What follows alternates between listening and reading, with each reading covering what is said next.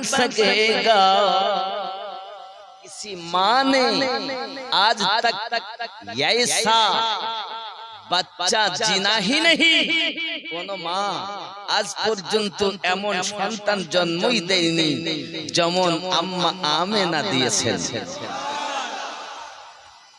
না বন সকি है न बन सकेगा, ना बन सकी है ना बन सकेगा, मिसाल तेरी जवाब तेरा। तू सबसे अव्वल तू सबसे आखिर, मिला है हुस्ने दवाम तुझको। तू सबसे अव्वल সর্বপ্রথম, তু সবসে আখির পাঠিয়েছেন শেষে। তু সবসে আউয়াল তু সবসে আখির, মিলা है हुस्ने दवाम तुझको। है उम्र लाखों बरस की तेरी, है उम्र लाखों की तेरी, मगर है ताज़ा शिबाब तेरा। तू शाहे खूबा तू जान जाना है चेहरा उम्मुल किताब तेरा। ज़ोरे बोलो, ख्याल कर। खुदा की गैरत ने डाल रखी है तुझ पे 70,000 पर्दे। खुदा की गैरत ने डाल रखी है तुझ पे 70,000 पर्दे। जहां में बन जाते तूर लाखों, जहां में बन जाते तूर लाखों, जो एक भी उठता हिजाब तेरा। तू शाहे खूबा तू जाने जाना है चेहरा उम्मुल किताब तेरा। हो मुश्क अंबर या बोए जन्नत, नजर में इसकी है बेहकीकत। हो मुश्क अंबर या बोए जन्नत, नजर में उसकी है बेहकीकत। मिला है जिसी को मला है जिसने, मिला है जिसी को मला है जिसने, पसीना रश के गुलाब तेरा। तू शाहे खूबा तू जाने जाना है चेहरा उम्मुल किताब तेरा। जोरे बोलो, मैं तेरे हुस्न बया के सदक़े, मैं तेरी मीठी ज़ुबां के सदक़े, मैं तेरे हुस्न बया के सदक़े, मैं तेरी मीठी ज़ुबां के सदक़े, बरंगे खुशबू दिलों पे उतरा, बरंगे खुशबू दिलों में उतरा है, कितना दिलकश खिताब तेरा। तू शाहे खूबा तू जान जाना है चेहरा उम्मुल किताब तेरा। जोरे बोलो, মহান আল্লাহ পাক কত ভালোবেসেছেন নবীকে। আজ সেই নবী পাকের আলোচনা করতে গিয়ে আল্লাহ পাক কোরআন মাজিদের 10 নম্বর সূরাতে, কয় নম্বর সূরা? কেউ যদি বলেন নবীর আগমনে আনন্দ করা যাবে না, যদি যায় কোরআন থেকে দলিল। উত্তর, 10 নম্বর সূরা, সূরাটির নাম সূরা ইউনূস। কোন সূরা? সূরা ইউনূস, আয়াত নাম্বার 58। আল্লাহ পাক বললেন, বিসমিল্লাহির রহমানির রহিম,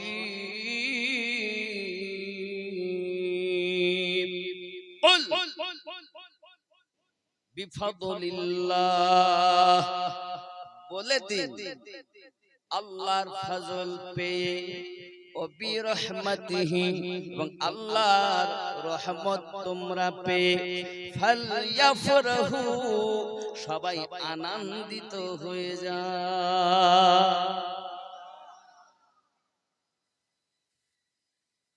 আনন্দ প্রকাশ করো, কে বলেছেন?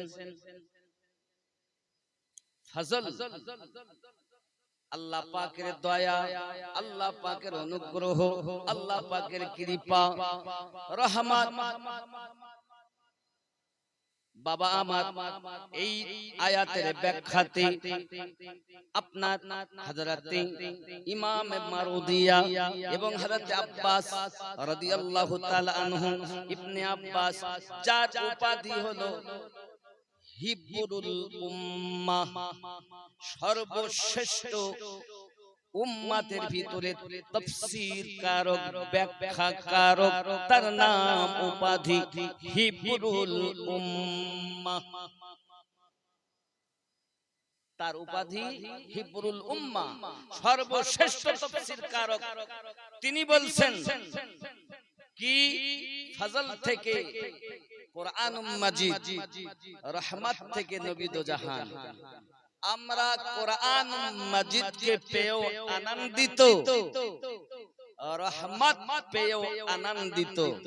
সূরা আম্বিয়াতে আল্লাহ পাক বলেন, ওমা আরসালনাকা ইল্লা রাহমাতাল লিল আলামিন, পাঠাতাম না, পাঠিয়েছি দোনো আলমের জন্য রহমত বানিয়ে। আল্লাহ নিজেই বলেছেন আনন্দ করার জন্য, খুশি করার জন্য, আব্বা আমার মিছিল করার জন্য। কেউ যদি বলে মিছিল করব না, আমার আপত্তি নেই, আপনি আল্লাহর কোরআন অবমাননা করেছেন। আর এই ব্যাখ্যা রাইসুল মুফাসসিরিনের ব্যাখ্যা, সর্বশ্রেষ্ঠ তাফসীর কারক যিনি বর্ণনা করেছেন তিনি। আপনার ব্যাপার মানবেন কি মানবেন না আপনি আছে দেখে নিন।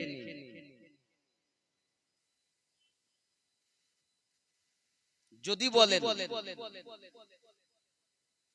মাওলুদুন নবী সাল্লাল্লাহু আলাইহি ওয়াসাল্লাম করব, এ মাওলুদ শরীফ বেদাত, শিরক, এ মানা যাবে না। একজন মাওলানা দুনিয়াতে তিনি নেই, তিনি বলে যাচ্ছেন নবীর যুগে নাই, সাহাবীদের যুগে নাই, তাবিঈনদের যুগে নাই, তাবে তাবিঈনদের যুগে নাই। নবী পাকের ইন্তেকালের 600 বছর পর এই মিলাদ আবিষ্কৃত হয়েছে। কিছু মানুষ একত্রিত হয়ে কিছুক্ষণ পর উঠে পড়ে, ইয়া নবী সালামু আলাইকা, ইয়া রাসূল সালামু আলাইকা। আপনারা কি মনে করেন খুব সওয়াবের কাজ? সেটা নবী পাক বলে যাননি, আর সাহাবীরা সেটা করেননি। সাহাবীদের থেকে কি আমরা বেশি ইসলাম ধর্মের আমল করতে পারবো? শ্রোতারা বলছে না।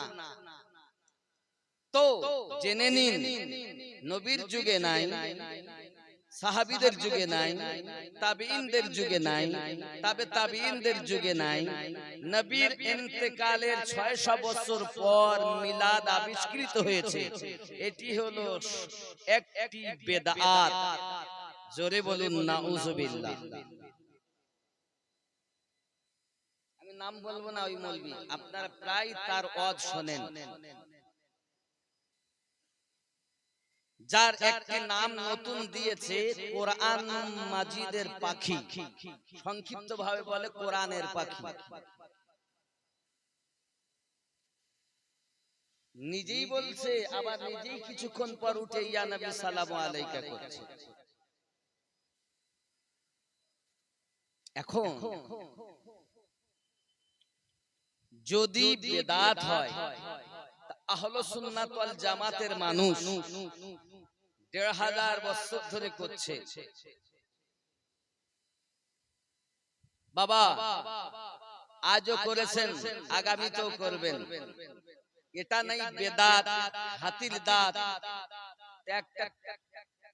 বেদাত মুক্ত দাঁত ওয়ালা মিলাদুন নবী করে দেখাও। তোমরা তো তা দেখাতে পারলে না, শুধু বললে বেদাত। তাহলে আমরা দুনিয়ার কোন মোল্লার কথা শুনবো না, আল্লাহর কথা শুনবো। কার কথা শুনবো? কার কথা শুনবো? আল্লাহ। আপনি বলুন, এই মিলাদ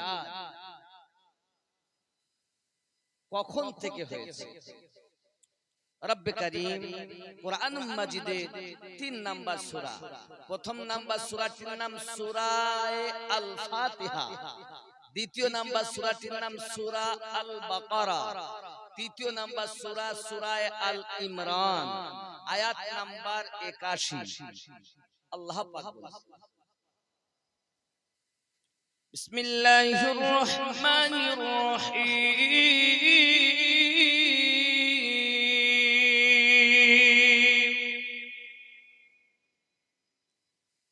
وَإِذْ أَخَذَ اللَّهُ مِيثَاقَ النَّبِيِّينَ।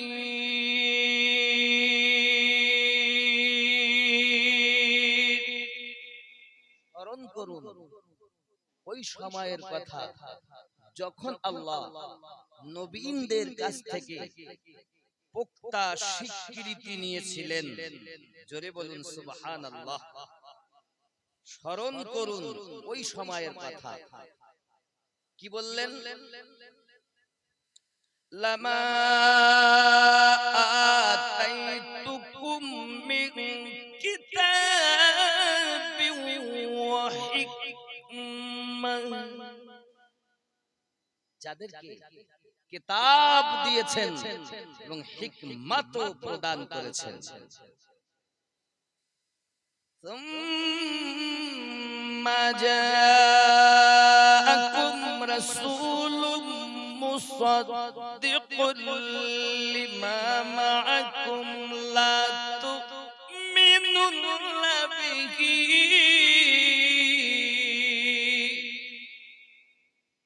এবং তোমাদের মাঝে আগমন করবেন একজন রাসূল তোমাদের তাসদীক করার জন্য, সত্যায়ন করার জন্য। কি বললেন? লা তুমিনুন্না বিহি, তোমরা অবশ্যই তার উপরে ঈমান নিয়ে আসবে। কাদেরকে বললেন? কাদেরকে বলছেন? আমাদেরকে। মহান আল্লাহ পাক রব্বুল ইজ্জাত 1,24,000 পয়গম্বর বাণী সৃষ্টি করেছেন। 1,24,000-এর মধ্য থেকে 1,23,999 জন নবীগণকে একত্রিত করেছেন। আল্লাহ পাক রব্বুল ইজ্জাত হলেন ওই মেহফিলের সভাপতি, নিজে আমার নবী মিলাদ আলোচনা করতেছে। তোমরা বলো জন্ম ইন্তেকালের 600 বছর পর, আর আমরা আল্লাহর কোরআন মাজিদ খুলে সূরা আল ইমরানের 81 নম্বর আয়াতে সর্বপ্রথম মিলাদ পাঠ করেছেন রব্বুল আলামিন।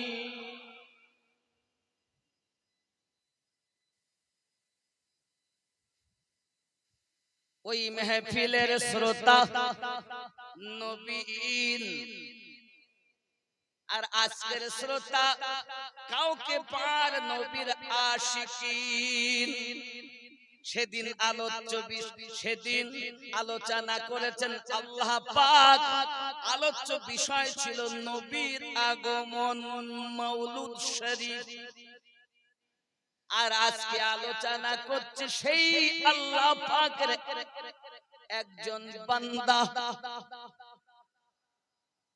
আমিনউদ্দিন, গুনাহগার, পাপী, খাসসার, নালায়েক। আলোচনা করছে নবীর আগমন, মাউলুদ শরীফের। তখনকার শ্রোতা হলো নবীন, এখনকার শ্রোতা হলো নবীর আশিকিন। কথা বুঝতেছেন? কোথায় আছে? এই যে কথা বলছি, এটা কি আমি বাড়ির কথা বলছি? কোরআন শরীফের কথা বলছি। আপনি যদি বলেন ও ভুল হয়েছে, মানব না, ধন্যবাদ আপনাকে, পায়ে ধরে বলবো শোনা, একটু গবেষণা করো। আজ সমাজ আমার মতো মৌলবীরাই নষ্ট করে ফেলেছে, আমার মতো মৌলবীরাই নষ্ট করে ফেলেছে। আপনারা তো সাদা সাদা মানুষ, নবীওয়ালা আল্লাহওয়ালা মানুষ, আপনারা তো আল্লাহর ওলিদের মহব্বত করনেওয়ালা মানুষ। আপনাদের হৃদয়ে আমরা যাহা দিয়েছি, ব্রেনে যাহা দিয়েছি, আপনারা তাই বুঝেছেন।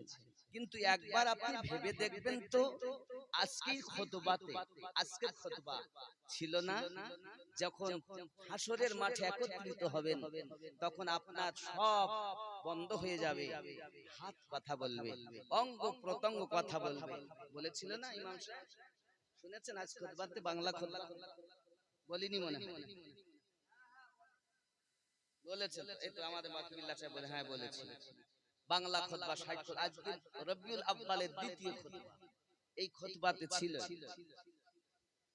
সেদিন কথা বলবে কে? হাত। কথা বলবে কে? চোখ। বন্ধু আমার, বাবাজি আমার, আমি আমিনউদ্দিন কেমন, আমার বিষয় আমার স্ত্রী সব থেকে বেশি জানে নাকি? আবার এমনও কিছু রয়েছে যে আমার স্ত্রী আমার সম্পর্কে জানেও না, আমিও স্ত্রী সম্পর্কে জানি না। হে যুবক আমার, তবে দেখবেন আমার হাত ও বিষয়ে খবর রাখে, আমার চোখ ও বিষয়ে খবর রাখে, আমার কান ও বিষয়ে খবর রাখে, আমার পা ও বিষয়ে খবর রাখে।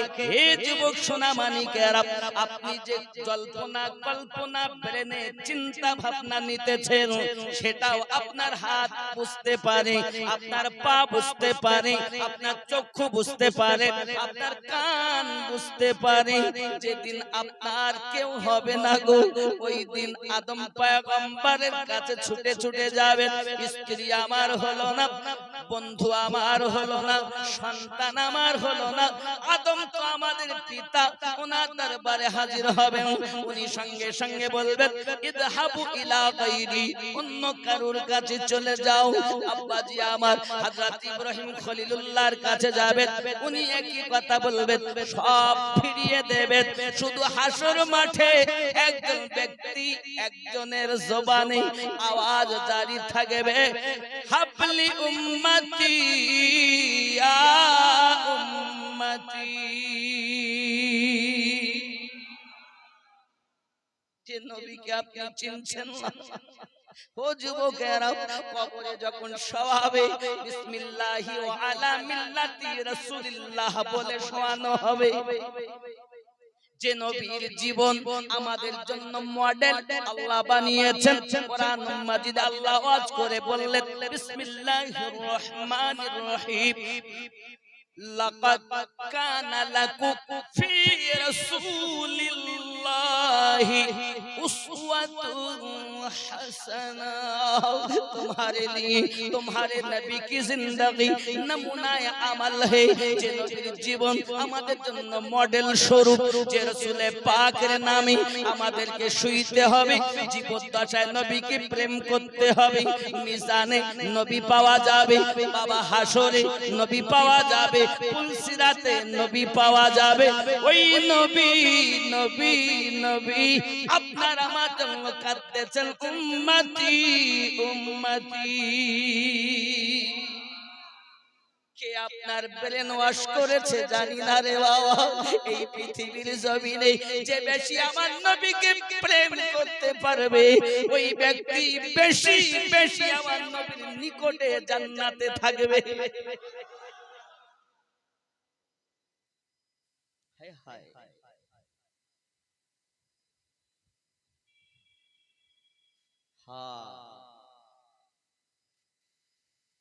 আল্লাহ পাক রব্বুল ইজ্জত বলেন লা তুমিনুন্না বিহি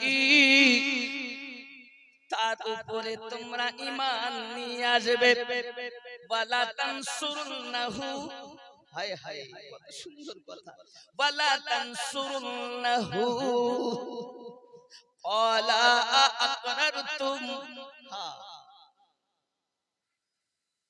আল্লাহ পাক বলেন ঈমান নিয়ে আসবি এবং তার সাহায্য করবি বলো তোমরা এটা মেনে নিয়েছো কিনা ক্বালা আকরারতু এটা তোমরা মেনে নিয়েছো কিনা সব নবীগণ এক কথা উত্তর দিয়েছিলেন কি বলেছিলেন ওয়া আখাযতুম আলা যালিকুম ইসদি ক্বালু আকরারনা আমরা সবাই মেনে বোঝা গেল আদম নবী থেকে ঈসা নবী পর্যন্ত সবাই মওজুদ একজন নবীর উপরে ঈমান আনতে বলা হচ্ছে ওই নবী অন্য কেউ নয় যে নবীর জীবনটাই হলো আমাদের জন্য মডেল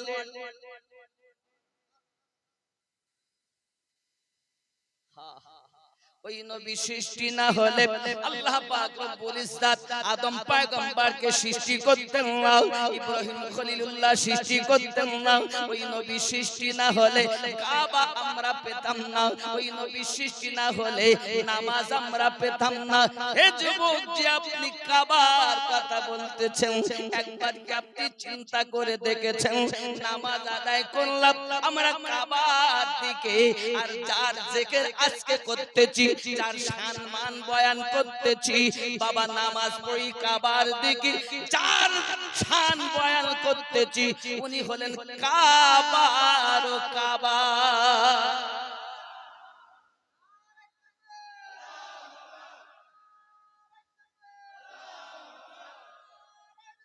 ইয়া রাসূল আল্লাহ लब्बाइक लब्बाइक या रसूल अल्लाह लब्बाइक लब्बाइक या हाथ ऊंचे करे बोलो लब्बाइक लब्बाइक या रसूल अल्लाह लब्बाइक लब्बाइक या रसूल अल्लाह उपस्थित उपस्थित या रसूल अल्लाह এই নবী আমাদের দেখছেন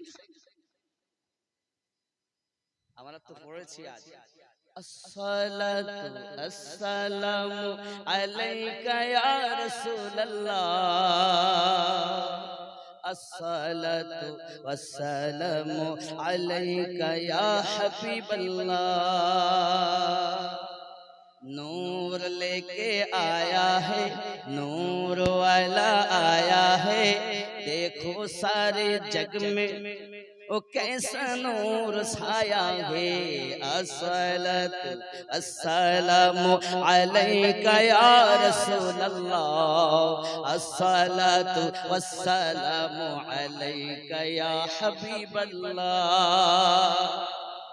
सरकार की आमद, दिलदार की आमद, तोहा की आमद, यासीन की आमद, पुर नूर की आमद, नारे रिसालत। हाय हाय কার উপরে ঈমান আনতে বলছেন? আমাদের নবীর উপরে। কে বলতেছেন? আল্লাহ পাক। কোথায় বলেছেন? সূরা আল ইমরানের 81 নম্বর আয়াতে। যদি আপনি বলেন আমি কোরআন মানব না অথবা ওটি ভুল, তো আপনার কদমে আমি হাত রেখে বলবো তাহলে আপনি আয়াতটাকে কাটুন পরবর্তী কোন আয়াত দিয়ে। কারণ কোরআন কাটতে গেলে কোরআন দিয়ে কাটতে হয়।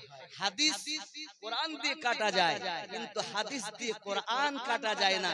কোরআন কাটতে গেলে আবার তার বিপরীত আয়াতের প্রয়োজন। আপনার কাছে আমি করজোরে নিবেদন করব বাবা, আপনি যদি পারেন একটি আয়াত আমাদেরকে দেন যে ওই নবী যার মিলাদ আল্লাহ পাঠ করেছেন, একটি আয়াত দেন যে নবীর মিলাদ পাঠ করা যাবে না। যদি দিতে পারেন আমরা কেন করব? এই বেদাত কি বলেন বাকি বিল্লাহ সাহেব? আচ্ছা, যদি কোরআন ও হাদিসে নিষেধ থাকে আমার কি ওই কাজ করব? করব? কখনই করব না। আসে বিধায় আমরা করি। এখন যে যেমন ভাবে বুঝেছেন সে সেইভাবে বুঝে চলতেছেন, আর এই বুঝের জন্য যে আপনাকে বুঝিয়েছেন তিনি দায়ী। তার মানে আমার মতো বক্তারাই, নাকি বলেন? আপনারা তো সাদা সিধা মানুষ বাবা, আপনার কবরে তো আমি যাব না। তবে কবরে আপনি যদি বলেন আমি জানবো, তো বুখারী ও মুসলিম কোরআন মাজিদের পরে যার স্থান, তাতে লেখা আছে একটি প্রশ্ন। আর আদাস সুনানে নাসাই এবং তিরমিজি, মুসনাদে আহমদ, আরো যে সব হাদিসের কিতাব আছে, 86টার হাদিস আছে, তার মধ্যেও লেখা আছে তিনটি প্রশ্ন হবে। কয়টি প্রশ্ন হবে? তাহলে আমি কোরআন মাজিদের পরপরই যদি আমি দেখি তাহলে বুখারী ও মুসলিম দেখতে হয়। বুখারী ও মুসলিম যদি দেখি তার ভিতরে লেখা আছে একটি প্রশ্ন। ওই প্রশ্নটা উদ্ধৃত করা আছে হাদিস শরীফে। কি? মুর্দাকে শোয়ানো হবে কবরে, এরপর তার প্রশ্ন হবে মা কুনতা তাকুল ফি হাক্কি হাযার রাজুলিন মুহাম্মাদিন সাল্লাল্লাহু আলাইহি ওয়াসাল্লাম।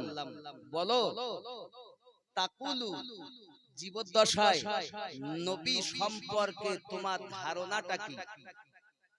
প্রশ্নটা ভবিষ্যতে হচ্ছে, মানে কি যেটা করে এসেছেন আপনারা। জুলুস করে এখানে বসেছেন, তো দিনের বেলা জুলুস করে এসেছেন তাই এখানে আছেন, সেটাই বলছেন আল্লাহ। কি ফেরেশতা জিজ্ঞাসা করছেন মা কুনতা তাকুল, কি ধারণা ছিল জীবদ্দশায় নবী সম্পর্কে যার নাম হাদা মুহাম্মাদুর রাসূলুল্লাহ সাল্লাল্লাহু আলাইহি ওয়াসাল্লাম, যার নাম হলো মুহাম্মদ সাল্লাল্লাহু আলাইহি ওয়াসাল্লাম। এখন যার ব্রেনে আমার মতো মৌলবীরা যেমন ঢুকিয়েছে সে তো তেমনই বলবে নবী এমন যে নবী কিছু জানতেন আর কিছু জানতেন না। কেউ এই কথা বলবে নবী হাজির ও নাজির ছিলেন, কেউ বলবে নবী ইলমে গায়েব জানতেন, কেউ বলবে যদি জানতেন তো বিষ মাখানো খাবার খেলেন কেন? যদি জানতেন তাহলে উহুদের প্রান্তরে দন্দন ভাঙবে তো গেলেন কেন? যে যেমন বুঝেছে সে তেমন বলবে, নাকি বলেন? যদি একটা প্রশ্নের দিকে যায় তাহলে বোঝা যাচ্ছে কবরে আকীদার প্রশ্ন হবে প্রথম। কি সেটা? তুমি জীবদ্দশায় নবীকে কেমন ভাবে বিশ্বাস করতে? তাকুলু, ভবিষ্যতের কথা, ঠিক না?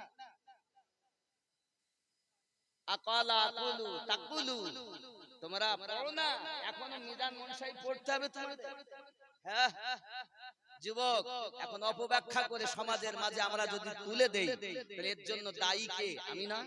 কিয়ামতের দিন আমার জিহ্বা কাটবে কিনা? আব্বা আমার, এখন সহিহ বুখারী ও মুসলিমের হাদিস হলো এটি। জিজ্ঞাসা করা হবে আকীদা, তুমি জীবনে যে বেঁচে ছিলে 50 বছর, 60 বছর, 80 বছর, নবীকে কেমন ধারণা রাখতে, বিশ্বাস কেমন ছিল? তখন আমরা যারা নবীর আশিকান, আমরা কি বলবো? আমাদের